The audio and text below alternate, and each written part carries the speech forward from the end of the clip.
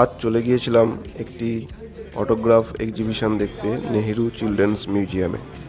হাওড়া স্টেশনে নেমে সেখান থেকে বাসে এক্সাইড মোড় অথবা মেট্রোয় রবীন্দ্র সদন মেট্রো স্টেশনে নামলেই আমরা পেয়ে যাব নেহেরু চিলড্রেন্স মিউজিয়াম।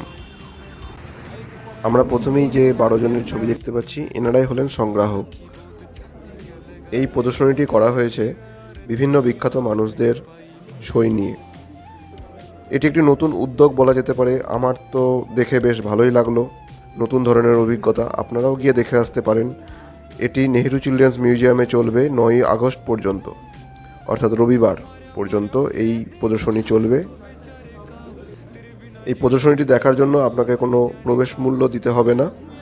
আর এই প্রদর্শনীটির সময়সীমা দুপুর 3টে থেকে সন্ধ্যা 7টা পর্যন্ত।